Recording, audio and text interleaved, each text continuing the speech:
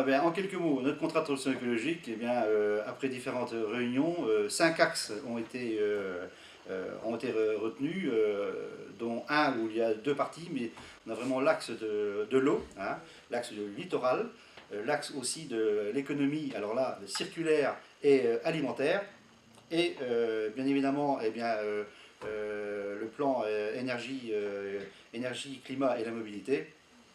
Et aussi, ben, nous avons mis dans notre CTE l'économie, l'éco-exemplarité. Hein, voilà. Donc c'est un CTE qui est très original pour notre territoire.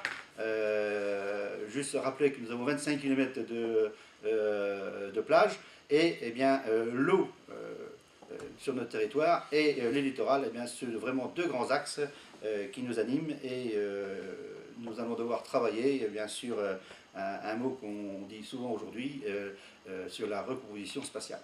Voilà les axes que nous avons retenus pour notre CTE. Pourquoi avez-vous souhaité que les habitants du territoire soient associés à votre démarche et comment ont-ils été mobilisés? Alors, nous avons voulu souhaiter eh bien, faire participer un maximum de notre public. Hein. Alors, c'est plus le public que les habitants. Et il y a vraiment eu 2 actions qui ont été menées pendant ces derniers mois. Une action qui date déjà de plusieurs mois, vraiment. Hein, c'est un atelier Nouvelle Vague hein, qui avait lieu en fin d'année 2019. Et pendant tous ces jours, les étudiants, il y avait 19 étudiants qui sont venus sur notre territoire et qui ont étudié, bien évidemment, eh bien, les aléas de notre littoral. Et eh bien, une conclusion eh bien, a été vraiment unanime, c'est en nous disant eh bien, que la mer, eh bien, il fallait savoir vivre avec. Hein. Public, eh bien, c'était sur une dynamique sur la stratégie de la mobilité rurale.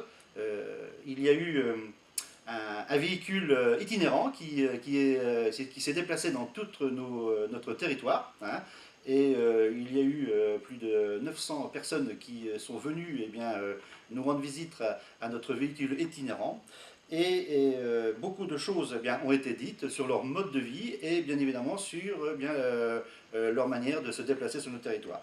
Donc cette tournée a même été primée hein, par un grand prix de Capcorn 2020.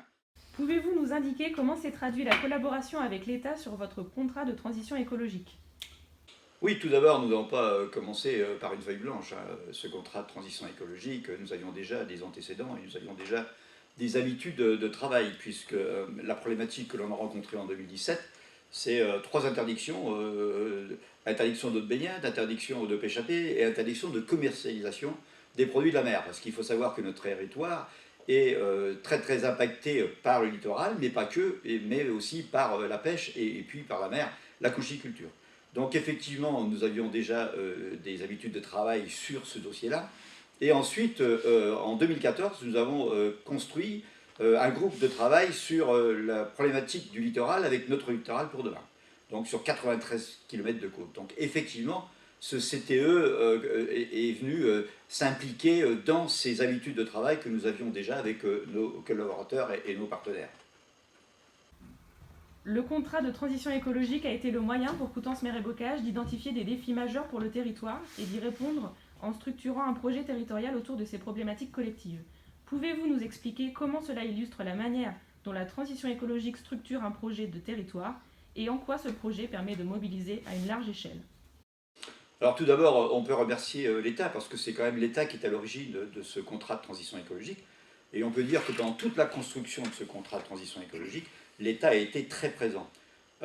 On peut remarquer aussi que ce contrat a permis de fédérer les différents acteurs qui ne se connaissaient pas forcément, le bien vivre ensemble et apprendre à se respecter, puisque on est tout à fait conscient que dans la construction d'un contrat de transition écologique, il y a ce que j'appelle des effets majeurs pour les uns et pour les autres.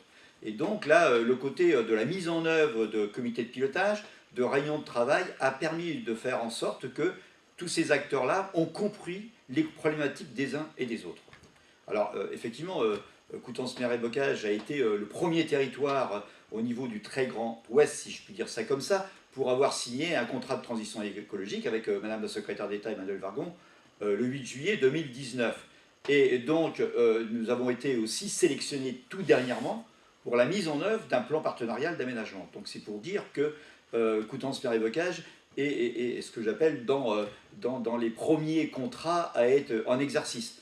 On a des problématiques, Daniel Lefranc l'a souligné tout à l'heure, sur ce qu'on appelle la recomposition spatiale, ou alors un autre mot qu'on emploie souvent, c'est la relocalisation. Nous avons des problématiques au niveau du trait de côte sur la relocalisation de structures commerciales ou de structures, je dirais, de production. Les zones conchylicoles sont concernées, on a des terrains de camping qui sont concernés, donc tout cela est aussi à étudier et nous sommes fait des prospectives sur les 20 ans, les 50 ans et les 100 ans qui viennent.